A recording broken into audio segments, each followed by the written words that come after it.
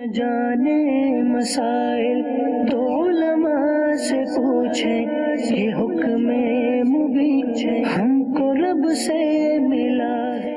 الحمدللہ رب العالمین والصلاة والسلام علی سید المرسلین، اما بعد فاعوذ باللہ من الشیطان الرجیم، بسم اللہ الرحمن الرحیم، الصلاة والسلام علیک یا رسول اللہ وعلی آلک واصحابک یا حبیب اللہ، الصلاة والسلام علیک یا نبی اللہ وعلی آلک واصحابک یا نور اللہ۔ مدنی چینل کے ناظرین، پروگرام دارالافتاء اہل سنت میں آپ کو خوش آمدید کہتے ہیں۔ اللہ رب العالمین ہم سب کو علم دین سیکھنے والا، سمجھنے والا، اور جو کچھ علم سیکھیں اس پر عمل کرنے کی توفیق عطا فرمائے۔ علم نافع کی دولت سے ہم سب کو مالا مال فرمائے۔ اول تاخیر اس پروگرام میں آپ ہمارے ساتھ شریک رہیں انشاءاللہ۔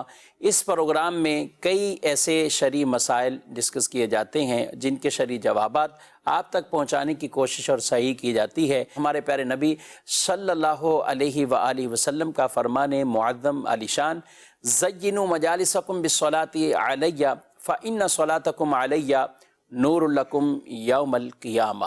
اپنی مجلسوں کو مجھ پر درود پڑھ کر آراستہ کرو کہ تمہارا مجھ پر درود پڑھنا قیامت کے دن تمہارے لیے نور ہوگا۔ صلو علی الحبیب صلی اللہ تعالی علی محمد صلی اللہ علیہ وآلہ وسلم، صلاۃ و سلام علیک یا سیدی یا رسول اللہ۔ آج کے ہمارے مہمان مفتی صاحب، مفتی حسان صاحب ہیں، اور بڑھتے ہیں ناظرین کی کالز کی طرف، دیکھتے ہیں کیا پوچھنا چاہتے ہیں۔ مفتی صاحب کی بارگاہ میں میرا سوال یہ ہے کہ کیا سونے کی یا چاندی کی یا کوئی اور انگوٹھی پہننے سے نماز نہیں ہوتی؟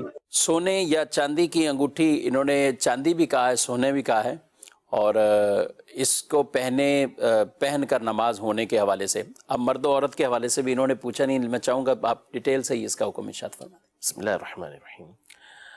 عورت اگر سونے چاندی کی یا کسی اور دھات کی انگوٹھی پہن کر نماز پڑھتی ہے تو اس کا نماز پڑھنا بھی جائز ہے، اور اس میں اس کے لیے کوئی گناہ نہیں ہے، اور اس کا پہننا بالکل درست ہے، اور اس کو پہننا بھی چاہیے کہ سیدہ عائشہ صدیقہ رضی اللہ تعالی عنہا یہ اس بات کو ناپسند کرتی تھیں کہ عورت جب نماز پڑھے تو کوئی زیور اس کے جسم پر نہ ہو۔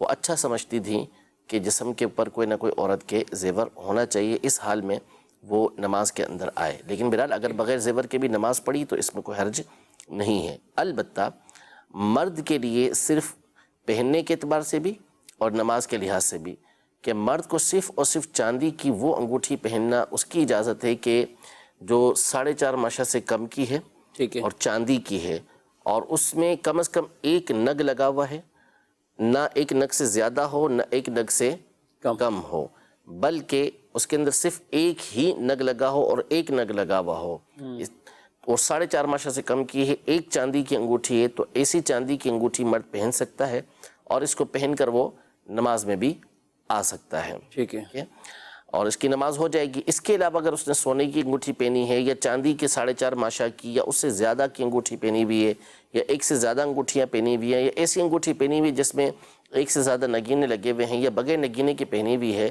تو یہ تمام کی تمام صورتیں اس کے لیے گناہ بھی ہیں، اور اس صورت میں اس کی نماز بھی مکروہ تحریمی ہوگی، جس کو دوبارہ اسے پڑھنا پڑے گا۔ اچھا، دوبارہ اس کو نماز، اسی طرح کسی نے 1 سے 2 انگوٹھیاں پہن رکھی ہیں اگرچہ چاندی کی ہوں، جی، تو بھی اس صورت میں اسے نماز دوبارہ پڑھنا پڑے گی، مکروہ تحریمی اس کی نماز ہوگی۔ ٹھیک ہے۔ یہ جو نگینہ ہے اس کا بھی وزن اس میں شمار کریں گے یا انگوٹھی کا صرف؟ نگینہ نہیں، یہ صرف انگوٹھی جو اس کا حلقہ ہوتا ہے وہ مراد ہے، باقی اس کے اندر جو نگینہ لگا ہوا ہے وہ بھلے کتنا ہی بھاری بھرکم ہو، اس سے کوئی فرق نہیں پڑتا۔ ٹھیک ہے۔ آج کل خواتین آرٹیفیشل جیولری پہنتی ہے، تو یہ پہن کے نماز پڑھنے کے لیے؟ دیکھیں، اس کے بارے میں علماء کا ہے اختلاف۔ ہمارے نزدیک یہ جائز ہے کہ اگر وہ پہنتی ہے تو پہننا اس کا درست ہے، اور اس کی نماز بھی اس میں ہو جائے گی، لیکن افضل اور بہتر یہ ہے کہ اگر اس سے پہننے سے گریز کرتی ہے تو اچھا ہے، لیکن اگر پہنا تو اس صورت میں حرج نہیں ہے، نماز اس کی بلا کراہت ہو جائے گی۔ مزید کال۔ جی، میرا اس بارے میں سوال ہے کہ اگر چھوٹے بچے کی ڈیتھ ہو جائے تو اس کے لیے ماں کو صبر کرنے کا کیا طریقہ کار ہے، ماں اور والد کا؟ اللہ کریم ان کو صبر عطا فرمائے اور انہیں نعم البدل عطا فرمائے۔ کیا کہتے ہیں آپ؟ دیکھیں، اس میں بہت ساری صورتیں ہو سکتی ہیں۔ سب سے پہلے تو اللہ پاک کی رحمت کے اوپر نظر رکھے، اور اس کے بعد اس کے جو ثوابات ہیں، جو ثواب ملے گا اس کے اوپر نظر رکھے کہ اس کا بچہ جو فوت ہوا ہے، قیام اگر اس نے اس پر صبر کیا تو قیامت کے دن یہ بچہ اس کے لیے جہنم سے آڑ بن جائے گا اور اس کو جنت کے اندر لے جائے گا، جب جو بچہ نابالغی کی حالت کے اندر فوت ہوتا ہے۔ تو اس ثواب کو پیش نظر رکھیں۔ پھر اس بچے کی آپ یہ دیکھیں کہ اس کے بارے میں تو امید بڑھ گئی نا، بہت زیادہ امید بڑھ گئی کہ وہ ناسمجھ تھا اور اس حال میں دنیا سے چلا گیا، تو جمہور ائمہ کے نزدیک تو وہ جنت کے اندر جائے گا۔ تو یہ اس کے لیے کیا کم خوشی کا باعث ہے، دنیا میں رہتا تو طرح طرح کی تکالیف کا سامنا کرتا۔ اب اس اعتبار سے ہی بندہ غور کر لے اور اس اعتبار سے ہی دیکھ لے کہ بچے کے اس طرح جانے کی وجہ سے بچے کو فائدہ ہوا، تو اس پر غور کرے، اللہ پاک کی رحمت پہ غور کرے، پھر اللہ پاک کی رضا کے اوپر غور کرے کہ اللہ پاک کی رضا اس کے اندر تھی۔ جیسا کہ نبی پاک صلی اللہ تعالیٰ علیہ وآلہ وسلم کے شہزادے حضرت سیدنا ابراہیم رضی اللہ تعالیٰ عنہ کا جب انتقال ہوا تو نبی پاک صلی اللہ علیہ وسلم کی مبارک آنکھوں سے آنسو جاری تھے۔ تو عرض کی گئی کہ یا رسول اللہ صلی اللہ تعالیٰ علیہ وآلہ وسلم آپ بھی رو رہے ہیں؟ تو فرمایا کہ ہم دل روتا ہے، آنکھیں آنسو بہاتی ہیں، لیکن کہتے وہی ہیں جس پر ہمارا رب راضی ہے۔ واہ سبحان اللہ، بات وہی کرتے ہیں جس پر ہمارا رب راضی ہے۔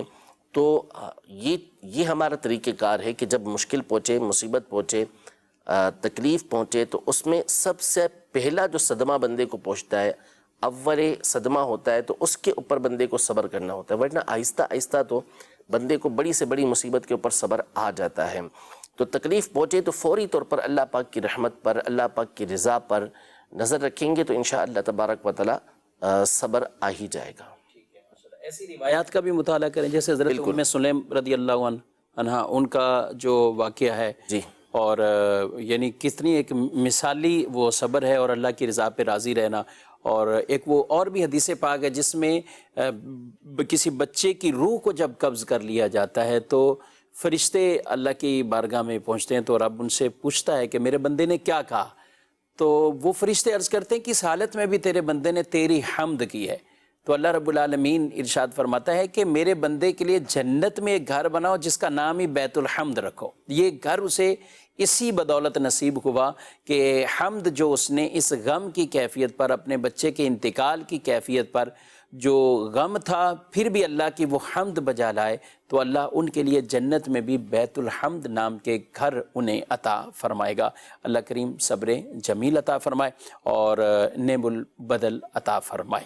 جی بڑھتے مزید کورس کر۔ اس آپ سے سوال یہ کرنا تھا حضرت کہ یہ جو ہومیوپیتھک کی دوائی ہے، یہ پینا کسی مرض میں اس کی شرعی رہنمائی فرما دیجیے، حلال ہے یا کیا ہے؟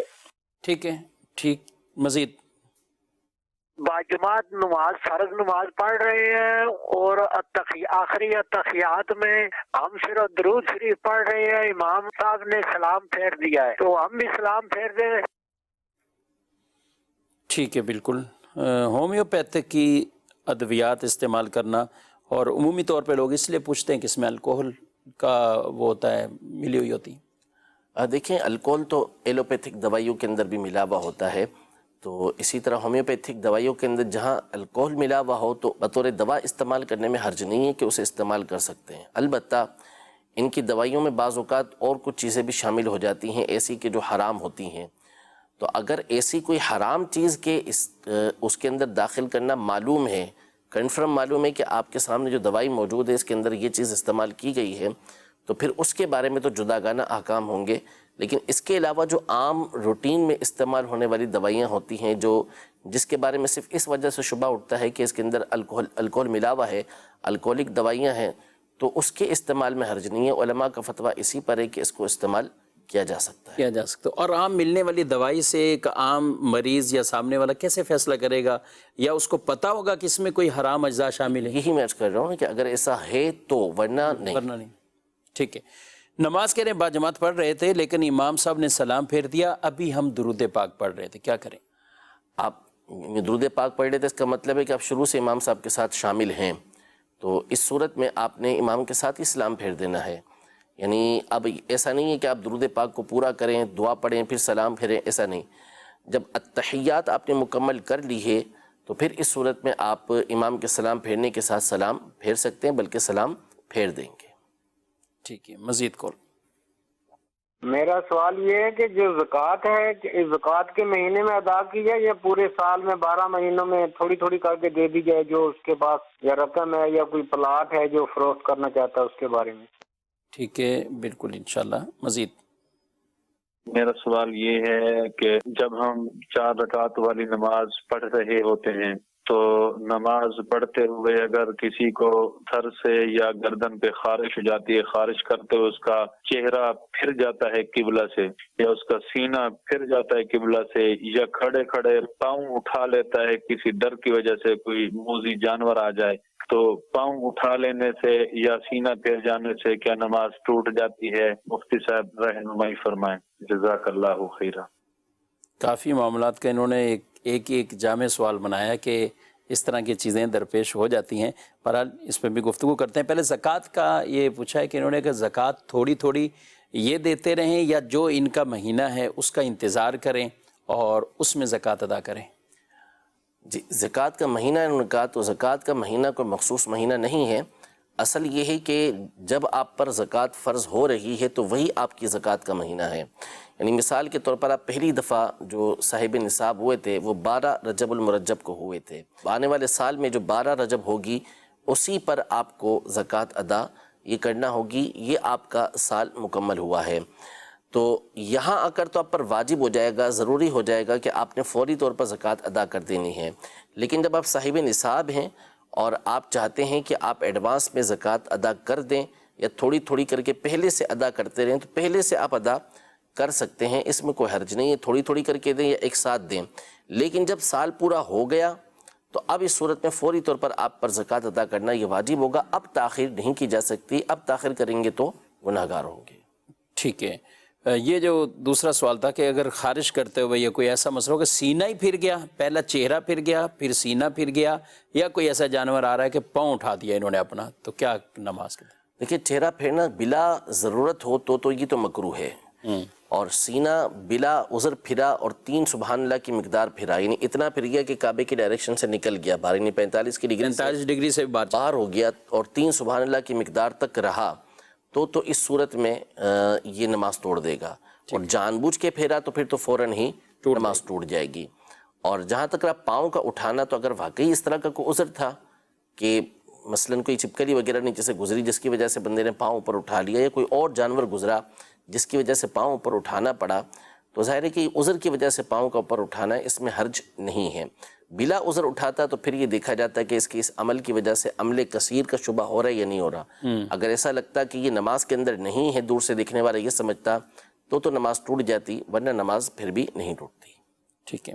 میسیجز کی طرف بڑھتے ہیں. یہ سبی بلوچستان سے منصور احمد ہیں، کہہ رہے ہیں کہ نماز کے لیے بعض اوقات ایسے ہوتے ہیں کہ جب ہم کھڑے ہوتے ہیں نیت بھی باندھتے ہیں لیکن اللہ اکبر یہ کہنا بھول جاتے ہیں اور نماز شروع کر دیتے ہیں الحمدللہ رب العالمین. اور شاید یہی تو انہوں نے سوال کیا ہے، تو میں مفتی صاحب سوچ رہا ہوں کہ نماز بعض کو جب جماعت میں بھی امام کے پیچھے ہوتے ہیں تو امام نے اللہ اکبر کہا تو ایک تعداد ہوگی کہ جو اس میں بھی بعض اوقات وہ مسٹیک کر جاتے ہیں، کیا کہیں گے؟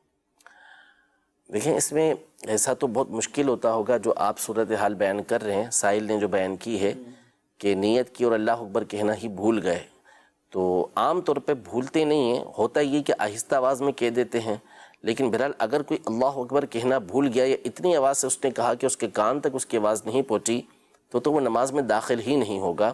جہاں پڑھنا ہوتا ہے، پڑھنے کے لیے اتنا ضروری ہوتا ہے کہ کان تک آواز یہ پہنچنی چاہیے. تو جب اللہ اکبر ہی نہیں کہا، یعنی تکبیر تحریمہ ہی نہیں کہی، تو اس صورت میں تو آپ نماز کے اندر داخل ہی نہیں ہوئے. جب نماز میں داخل نہیں ہوئے تو اس صورت میں پھر آپ کی نماز ہی شروع نہیں ہوئی. اسی طرح جو لوگ امام کے پیچھے اللہ اکبر کہنا بھول جاتے ہیں، اس میں بھی عام طور پہ بھولتے نہیں ہیں، البتہ اتنا ضرور ہوتا ہے کہ ان کی آواز اتنی نہیں ہوتی کہ کانوں تک پہنچے. تو اگر ایسا ہے کہ کانوں تک آواز نہیں پہنچتی تو پھر ان کی نماز بھی شروع نہیں ہوگی. تکبیر تحریمہ میں کم از کم اتنی آواز کا ہونا یہ ضروری ہے کہ آپ کے کانوں تک آپ کی آواز یہ پہنچ جائے، یہ پہنچے. اور یہ جنازے میں بھی ایسا ہوتا ہے، 4 تکبیریں کہنی ہیں. اب 4 تکبیریں وہ فرض ہیں، تو میں نے خود تجربہ کیا کہ جس جنازے سے پہلے یہ مسئلہ بھی بیان کر دیں تو آواز بھی تھوڑی سی لاڈلی لوگوں کی آ رہی ہوتی ہے. لیکن اوورآل لوگ یہی سمجھتے ہیں کہ ثنا پڑھی، درود پاک، دعا، یہ تو اہتمام کرتے ہیں، لیکن تکبیرات بھی امام کے ساتھ ساتھ ان کو کہنی، کیا کہیں گے؟ ظاہر ہے کہ نماز جنازہ کے اندر 2 رکن ہیں، ایک تو قیام اور دوسرا یہ 4 تکبیریں. اور جب یہ اس کو رکن کہہ دیا تو اب اس کے لیے ضروری ہے کہ اتنی آواز ہونی چاہیے کہ آپ کے کان تک آپ کی آواز پہنچے. تو لہٰذا جب امام اللہ اکبر کہے نماز جنازہ کے اندر تو آپ نے بھی اللہ اکبر کہنا ہے. اسی طرح آپ کی 4 تکبیریں ادا ہوں گی اور قیام میں آپ ویسے ہی موجود ہیں تو یوں نماز جنازہ آپ کا ادا ہوگا. ورنہ نماز جنازہ آپ کی گویا کہ آپ نے پڑھی ہی نہیں ہے اس کو، ہوا ہی نہیں کہ آپ نے اس کو رکن ہی چھوڑ دیا، اور رکن نہیں ہے تو پھر اس صورت میں شے ہی نہیں ہوتی، چیز ہی نہیں ہوتی، نماز ہی نہیں ہوگی آپ کی.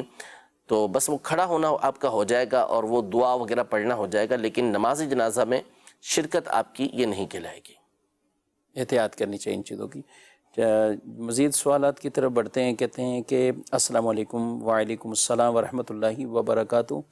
کہتے ہیں حق مہر دینے کی کیا کوئی جلدی دینا یہ واجب ہوتا ہے یا مرضی ہوتی ہے؟ حق مہر کیا کہتے ہیں؟ حق مہر اگر تو پہلے دینا مقرر کیا ہے کہ ہم فوری طور پر حق مہر دیں گے تو اس صورت میں بیوی کی مرضی ہوتی ہے کہ اگر وہ چاہے تو طلب کر سکتی ہے کہ آپ حق مہر ادا کریں. اور اگر اس کے لیے بعد میں دینا مقرر کیا گیا ہے یا کوئی وقت مقرر نہیں کیا گیا تو فوری طور پر اس کا بیوی مطالبہ نہیں کر سکتی. کر سکتی ہے تو کرے گی تو اس صورت میں شوہر کو اختیار ہوگا، چاہے تو دے دے چاہے اس وقت نہ دے. بہتر یہ ہے کہ حق مہر جو ہے وہ ادا کر دینا چاہیے. بعض لوگ اس میں بہت زیادہ غفلت برتتے ہیں اور حق مہر گویا کہ وہ یوں سمجھتے ہیں کہ دینا کوئی ضروری ہے ہی نہیں. حق مہر دینا یہ ضروری ہے، یہ بیوی کا حق ہے. اور اگر بالفرض آپ کا انتقال ہو جاتا ہے تو آپ کے مال وراثت کا جو حصہ ہے مال وراثت میں سے پہلے بیوی کو حق مہر ادا کیا جائے گا، کیونکہ آپ کے اوپر قرض ہے. اور بالفرض بیوی کا انتقال ہو جاتا ہے تو آپ کو بیوی کے ترکے کے اندر اس کو شامل کرنا پڑے گا تاکہ وہ اس کی تقسیم کاری ہو سکے. تو فوری ادا کر دینا چاہیے، اس میں تاخیر نہیں کرنی چاہیے، بہتر ہے یہ. اور دوسرا یہ کہ اس کے اندر برکتیں بھی ہوتی ہیں. جو مہر کا مال ہوتا ہے، مہر کی جو رقم ہوتی ہے، اس کے اندر برکت ہوتی ہے. تو اگر ادا کر دیا اس کے بعد بیوی اپنی رضامندی کے ساتھ آپ کو کسی کام وغیرہ کے لیے دیتی ہے تو انشاءاللہ اس سے فائدہ ہی ہوگا. ٹھیک ہے. اور یہ مانگیں گے کیا دینے کے بعد؟ پھر کہیں اپنی مرضی سے دے دیتی ہے، خود ہی خوشی خوشی دے دیتی ہے تو ٹھیک ہے. سوال ہے، کہتے ہیں کہ 15 دن کی نیت پہلے نہیں تھی اور یوں ہی قصر نماز پڑھتے رہے کسی جگہ مسافر شرعی، اور پھر 15 دن سے زیادہ کی نیت ہو گئی تو اب کیا کرنا چاہیے؟ نہیں اب پچھلے جو نمازیں وہ تو ہو گئیں آپ کی، اب جو آپ رہنا شروع کر رہے ہیں 15 دن کی نیت سے کہ اب آگے 15 دن آپ نے رہنے ہیں، تو اس صورت میں اب آپ پوری نماز پڑھیں گے، ورنہ پچھلی جو نمازیں ہیں وہ آپ کی ہو چکی ہیں. وہ ہو چکی. اور یہ مزید جو 15 دن کہہ رہے ہیں اس میں پچھلے دن بھی شامل کریں؟ نہیں، پچھلے دن شامل، نئے 15 دن کی نیت کی تو اس صورت میں نئے 15 دن کو کریں. ٹھیک ہے جی. مزید کون؟ مفتی صاحب کی بارگاہ میں میرا یہ سوال ہے کہ اگر جماعت میں امام کے پیچھے 2 رکعت چھوٹ جائے، یعنی 2 امام کے ساتھ پڑھی اور 2 اس کے علاوہ پڑھی، تو وہ تیسری جو علاوہ پڑھے گا، امام کے علاوہ پڑھے گا تیسری اور چوتھی، کیا اس میں سورت کے ساتھ سورت ملائے گا، یعنی سورت الفاتحہ کے ساتھ سورت ملائے گا یا نہیں؟ جواب ارشاد فرماتے ہیں. جی 2 رکعتیں امام کے ساتھ بقیہ چھوٹ گئیں، اب صورتوں کے ساتھ پڑھیں گے؟ جی بالکل، یہ ضروری ہے کہ اب جو آپ نے تلاوت کرنی ہے تو تلاوت کے اعتبار سے آپ کی ابتدائی رکعتیں ہیں. اس میں جب آپ کھڑے ہوں گے تو پہلے ثنا نہیں پڑھی تھی تو ثنا سے آپ نے ابتدا کرنی ہے، اعوذ باللہ بسم اللہ بھی پڑھنی ہے، اس کے بعد سورۃ الفاتحہ اور اس کے ساتھ سورت آپ نے ملانی ہے. اور دوسری رکعت کی جو آپ نے ابتدا کرنی ہے وہ بھی بسم اللہ الرحمن الرحیم سے، پھر سورۃ الفاتحہ اور اس کے ساتھ سورت آپ نے ملانی ہے. یہ ضروری ہے آپ کے لیے. ٹھیک ہے. مچھلی کا مغز اور سر وغیرہ کھا سکتے ہیں؟ جی مچھلی کی تمام چیزیں جو ہیں وہ حلال ہیں، وہ کھائی جا سکتی ہیں، اس میں کوئی حرج نہیں. ہو سکتا ہے کہ اس کے فوائد یہ بہت زیادہ ہوتے ہوں اور اس کو پھینکنے کی بھی اجازت نہیں ہوگی، کیونکہ یہ چیزیں کھائی جاتی ہیں تو خود کھا لیں یا کسی کو کھلا دیں، لیکن یہ کہ اس کو پھینکنے کی اجازت نہیں ہوگی. شرعاً کھائے بھی جا سکتے ہیں، اس میں کوئی حرج نہیں ہے. ٹھیک ہے. کوئی کسی کو معاذ اللہ اس طرح کا جملہ کہے کہ اللہ نے تمہیں بنانا تو بندر تھا لیکن انسان بنا کے کہا کہ دیکھ لیتا ہوں، کیا ہے یہ اتنا سخت؟ یہ تو کفریہ ہی معلوم ہوتا ہے، بالکل واضح کفر لگتا ہے یہ. اس لیے کہ تو اللہ پاک یعنی گویا کہ اللہ پاک کو معلوم نہیں تھا کہ اس نے کرنا کیا ہے، کہ وہ بنانا تو بندر تھا لیکن چلو اس کو ایک موقع دیتا ہوں، انسان بنا دیتا ہوں کہ یہ کیا کرتا ہے. تو یہ تو اللہ کے علم کی نفی ہے، سیدھی سیدھی کفریہ ہے. توبہ کرنی ہوگی اور تجدید ایمان بھی کرنا ہوگا. اگر نکاح والا ہے تو دوبارہ نکاح بھی کرے گا. کتنی بے باکی ہے کہ بعض اوقات آدمی سوچتا نہیں کہ وہ کون سے جملے بول جاتا ہے اور کس کس طرح کے بول جاتا ہے.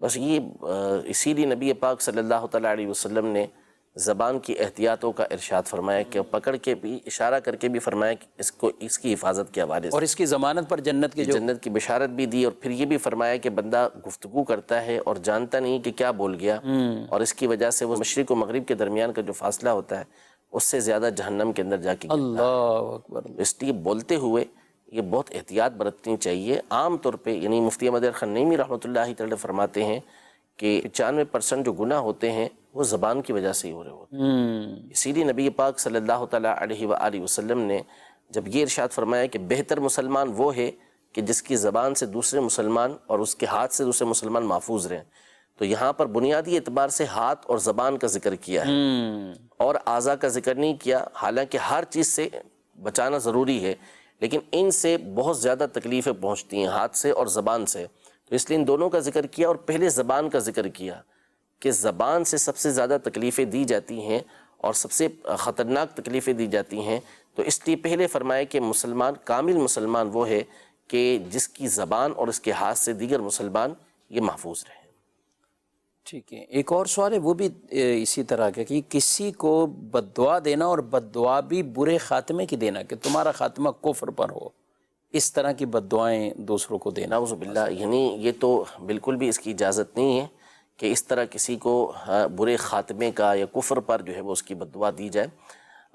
بد دعا ویسے ہی نہیں دینی چاہیے سوائے اس ظالم کے کہ جس کے ظلم کے مٹنے کی امید نہ ہو، اس کافر کے کہ جس کے کفر سے توبہ کرنے کی امید نہ ہو، تو ایسوں کو بد دعا دے دینا موت کی یہ ایک الگ بات ہے کہ اس کو موت کی بد دعا دے دی، ورنہ بہرحال سوء خاتمہ کی، برے خاتمے کی بد دعا دینا یہ تو بہت ہی برا عمل ہے، بہت ہی برا عمل ہے کہ کسی کو برے خاتمے کی یہ بد دعا دی جائے۔ ہمارے اسلاف تو وہ تھے کہ جو یہ کہا کرتے تھے کہ ہم نہیں چاہتے کہ ہماری وجہ سے کسی بھی مسلمان کو کسی بھی طرح آخرت کے اندر تکلیف پہنچے، پہلے سے معاف کر دیا کرتے تھے، اور طرح طرح کے ان کے واقعات موجود ہیں کہ کسی بھی مسلمان کو قیامت کے دن ان کی وجہ سے پریشانی نہیں ہونی چاہیے، کیونکہ وہ ہولناک منظر، ہولناک دن ہوگا، اس میں تو بندے کو اپنی کرنی ہے، اپنی بچانی ہے، جائے کہ وہ دوسروں کے اوپر اعتراض کرتا پھرے اور دوسروں کے بارے میں سوچتا پھرے، ایسا نہیں، بلکہ اپنی جو ہے وہ بچاؤ کرنا ہے، اور یہی سوچ دوسروں کے لیے رکھنی ہے کہ کاش ہماری وجہ سے کسی مسلمان کو جہنم کے اندر نہ ڈالا جائے، قیامت کے دن کوئی ہماری وجہ سے تکلیف کے اندر نہ آئے۔ دوسروں کا بھلا سوچیں گے تو اپنا بھلا ہوگا۔ اب دنیا کے اندر تو ایسے ہوتے رہتے ہیں معاملات کے، تکلیفیں ایک دوسرے کو پہنچانا، ضرر ایک دوسرے کو پہنچانا، اگرچہ وہ بھی کوئی محمود کام نہیں ہے، لیکن اس میں بسا اوقات گنجائشیں نکل آتی ہیں، اس میں صورتیں ہوتی ہیں، لیکن یہ جو قیامت کا معاملہ ہے یہ تو بہت دہشتناک اور بہت ہی ہولناک معاملہ ہے، خطرناک معاملہ ہے۔ اس میں تو بندے کو یہی سوچنا چاہیے کہ میں بھی بچ جاؤں اور مجھ سے متعلق ان تمام افراد بھی محفوظ ہو جائیں۔ ٹھیک ہے، بڑھتے ہیں مزید کالز کی طرف۔ مفتی صاحب سے میرا یہ سوال ہے کہ اگر کسی نے جھوٹ بولا ہو تو اس کی سزا کیا ہے، اور اگر وہ توبہ کرنا چاہتا ہے تو کیا ایسے ہی توبہ کر لے یا جس سے جھوٹ بول رہا ہے اس سے بھی معافی مانگنی ہوگی؟ اس کے بارے میں ارشاد فرما دیں۔ جی کیا کہیں گے؟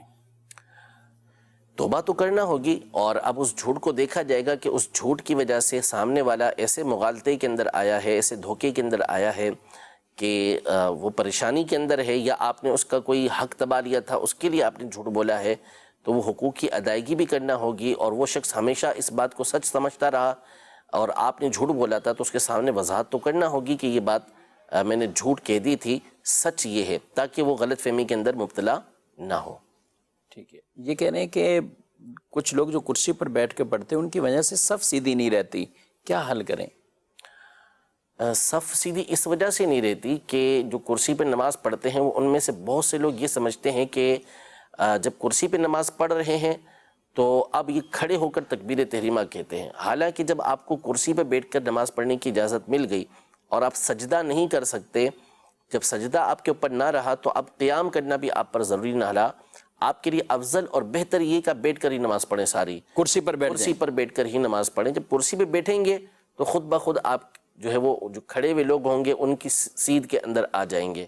ہوتا یہ کہ جب وہ کھڑے ہو جاتے ہیں نا تو اس وجہ سے وہ آگے ہو جاتے ہیں، کچھ آگے نکل جاتے ہیں، تو اس لیے آپ بیٹھ کر پڑھیں، کرسی پہ بیٹھ کر پڑھیں گے تو اس صورت میں آپ صف کے بالکل سیدھ کے اندر رہیں گے، اور کوشش یہ کریں کہ اگر صف کے آخر میں آپ کو جگہ ملتی ہے تو آخر میں پڑھیں، ہاں اگر درمیان میں جگہ موجود ہے تو پھر یہ نہیں کہ آپ کونے کے اندر جائیں، پھر بھلے آپ اس کے برابر میں لگا کے بیٹھ جائیں، اور اگر کونے تک صف جا رہی ہے تو پھر آپ کوشش کر کے کونے کے اندر ہی جا کر بیٹھیں۔ ٹھیک ہے، ایک جگہ یہ بیان کیا تو وہ کہہ رہے ہیں کہ پاؤں تو پھر بھی اس کے آگے نکل جائیں گے نا، بیٹھا تو صف میں پاؤں آگے نکلیں گے، اب کیا کریں؟ تو میں نے کہا پھر کیا کریں گے؟ تو کہہ رہے اس کے لیے یہ کریں گے کہ کرسی پچھلی صف میں رکھ دیں اور پاؤں سب کے برابر ہو جائیں، یعنی پچھلی صف بھی ڈسٹرب ہو جائے اور یہ بھی ڈسٹرب ہو جائے، تو کرنا وہی چاہیے جو آپ کہہ رہے ہیں۔ ٹھیک ہے، تو اولاً یہ بھی بہرحال کرسی رکھنے کا مسئلہ اپنی جگہ ہے، لیکن ساتھ یہ مسئلہ بھی ہمیں اچھی طرح سمجھ لینا چاہیے کہ کرسی پر کون نماز پڑھ سکتا ہے۔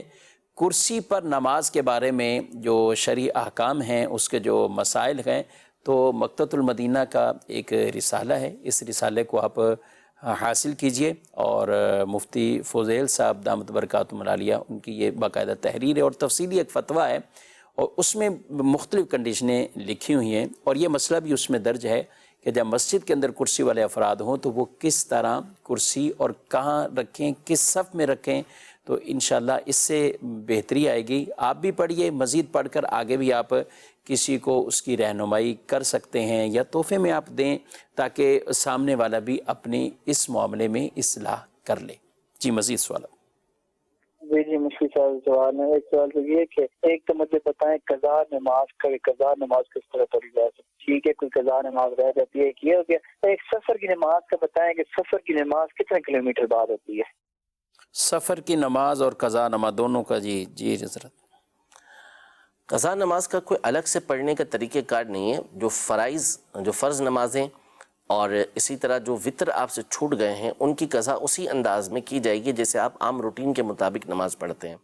البتہ اگر آپ کے اوپر بہت زیادہ نماز قضا ہیں تو پھر اس صورت میں یہاں پر یہ رعایت دی گئی ہے کہ مثلاً آپ جو فرض کی تیسری اور چوتھی رکعت ہے، اس میں آپ چاہیں تو 3 مرتبہ سبحان اللہ پڑھ کر رکوع میں چلے جائیں، رکوع سجدے وغیرہ کی تسبیح 1 مرتبہ پڑھ لیں، سبحان ربی العظیم یہ آپ نے پڑھ لیا، تو اس صورت میں جو سنت ہے وہ آپ کی ادائیگی اس کی ہو جائے گی، یعنی رعایت اس کے اندر دی گئی ہے کہ یہ کر سکتے ہیں۔ اسی طرح التحیات پڑھنے کے بعد اللہم صلی علی محمد و آلہ یہ پڑھ کے سلام پھیر سکتے ہیں۔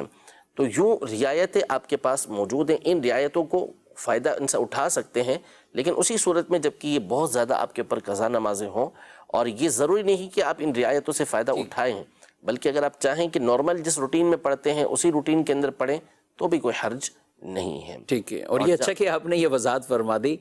مجھ سے کوئی یہ پوچھنے لگا کہ یہ قضا نماز زیادہ مشکل ہے، عام نماز کی روٹین کے اعتبار سے قضا مشکل ہے، کیا ہوا بھائی؟ قضا کیسے مشکل ہے؟ بولے وہ یاد رکھنا پڑتا ہے، 1 دفعہ پڑھنا تھا، اتنی دفعہ پڑھنا تھا، اتحیات میں یہاں تک پڑھ کے سلام پھیرنا تھا، تو بھائی وہ رعایت ہے، اگر آپ نہیں عمل کرتے اور پورے پڑھتے ہیں بلکہ کم نمازیں تو اچھا ہے، آپ اسی طرح ان کو مکمل کریں۔ سفر کی نماز کتنے کلومیٹر سفر کے بعد؟ اپنے شہر سے 92 کلومیٹر دور جانے کی نیت سے آپ نکلے ہیں تو اس صورت میں جیسے ہی اپنے شہر سے باہر آپ نکلیں گے، اس کی آبادی اور متصل جو آبادیاں ہیں اس سے باہر ہو جائیں گے، تو پھر آپ نے فرض نمازیں ہیں، ظہر کی 4 رکعتیں، عصر کی 4 رکعتیں، عشاء کی 4 رکعتیں، ان 4 رکعتوں کی جگہ 2 رکعتیں آپ نے ادا کرنی ہیں۔ تو یہ شہر کی آبادی سے باہر متصل بھی اگر کوئی آبادی ہے، ملی ہوئی آبادی ہے تو اس سے بھی نکل جاتے ہیں، اس کے بعد آپ نے قصر نماز یہ شروع کر دینی ہے، اور اس علاقے تک پہنچنے تک آپ کو یہ قصر نمازیں پڑھنی۔ اب وہاں جا کے دیکھا جائے گا کہ جہاں آپ گئے ہیں کہ وہاں آپ 15 دن کے لیے جا رہے ہیں یا 15 دن سے کم کے لیے جا رہے ہیں۔ اگر تو 15 دن سے کم کے لیے یہاں پر آئے ہیں تو اس صورت میں آپ نے جو نماز ہے وہ قصر ہی پڑھنی ہے وہاں پر، جب آپ اپنی پڑھیں گے تو، اور اگر کسی مقیم امام کے پیچھے پڑھتے ہیں تو پھر تو پوری نماز ہی آپ نے پڑھنی ہے۔ اور اگر 15 دن یا 15 دن سے زیادہ کے لیے وہاں پر آپ رکے ہوئے ہیں، وہاں 15 دن سے زیادہ کے لیے گئے ہیں یا 15 دن کے لیے گئے ہیں، تو اب اس علاقے میں پہنچ کر آپ نے نمازیں پوری ادا کرنی ہے، یعنی ظہر، عصر اور عشاء کے جو فرض ہیں ان کو بھی 4 رکعت ہی آپ نے پڑھنا ہے، 4 رکعتیں پڑھنا ہے۔ ٹھیک ہے، ایک سوال ہے، یہ کہتے ہیں کہ دستانے، جرابیں وغیرہ، جرابوں کا مسئلہ تو واضح ہے لیکن دستانوں کے بطور خاص انہوں نے پوچھا، لیکن دونوں ہی بتا دیجئے، کوئی دستانے بھی پہنے ہوا ہے، موزے جرابیں بھی پہنے ہوئے ہیں، اس میں نماز میں کوئی حرج ہے؟ کوئی حرج نہیں ہے۔ اگر کوئی اس طرح دستانے، جیسے سردی بہت زیادہ ہے یا جو ہے وہ ایسے علاقے کے اندر ٹھنڈ لگ رہی ہے، کوئی بیماری ہے، اس کو کوئی مسئلہ ہے، تو اگر وہ دستانے پہن کر نماز پڑھ رہا ہے تو اس میں کوئی حرج نہیں ہے، پڑھ سکتا ہے۔ موزے بھی پہنے ہوئے کوئی حرج نہیں؟ کوئی حرج نہیں ہے۔ ٹھیک ہے، یہاں ایک تھوڑی سی احتیاط کر لینی چاہیے، مسجدوں میں بھی ہم جاتے ہیں تو اپنے موضوع کی کنڈیشن پہ بھی غور کر لینے چاہیے. بعض چیزیں ہوتی ہیں وہ خود چیزیں بتا رہی ہوتی ہیں کہ ہمیں اب تھوڑی کچھ ریسٹ دیں تو بھی لیا جائے، یا اس طرح کے معاملات بھی ہیں. مفتی صاحب آپ کا بھی کچھ ایسا تجربہ یا کوئی ایسی بات، آپ کیا کچھ نصیحت فرمائیں گے؟ مسجد میں بعض اوقات آتے ہیں اور شوز میں بند جرابیں، موزے، بڑی عجیب کیفیت ہوتی ہے. دیکھیں یہ صرف مسجد کے ساتھ نہیں ہے، مسجد تو ایک اہمیت کی حامل ہے، اس میں تو ویسے ہی ان چیزوں کا خیال رکھنا چاہیے، اور یہ صرف موضوع وغیرہ کے ساتھ بھی نہیں ہے. ٹھیک ہے، بندے کو ویسے ہی ستھرا رہنا چاہیے، بالخصوص بو کے حساب سے، کہ بالخصوص گرمیوں کے اندر یہ معاملات ہوتے ہیں کہ پسینے کی وجہ سے بہت سو کے جسم سے بو اٹھتی ہے. تو اس کا اہتمام کرنا چاہیے کہ جو خوشبو لگانے کی نیت بیان کی گئی وہ یہ بیان کی گئی ہے کہ میں دوسرے مسلمانوں کو اذیت سے بچاؤں گا، تکلیف سے بچاؤں گا. بالخصوص جب مسجد کے اندر آ رہے ہیں تو یہ جو موضوع والا معاملہ ہے اس میں واقعی ایسا ہوتا ہے، اور بعض لوگ اس کی بالکل بھی احتیاط نہیں برتتے، دھلے ہوئے بھی ہیں. تو بندہ جب کافی دیر تک پہن کے رکھتا ہے تو بالخصوص جب جوتوں کے ساتھ پہنا ہوا ہوتا ہے تو ان کے اندر بو ہو جاتی ہے، مہک ہو جاتی ہے، جو بعض اوقات خود کو بھی محسوس ہوتی ہے اور بعض اوقات خود کو محسوس نہیں ہوتی، لیکن جو قریب لوگ ہوتے ہیں ان کے لیے وہ تکلیف کا سبب بنتی ہے.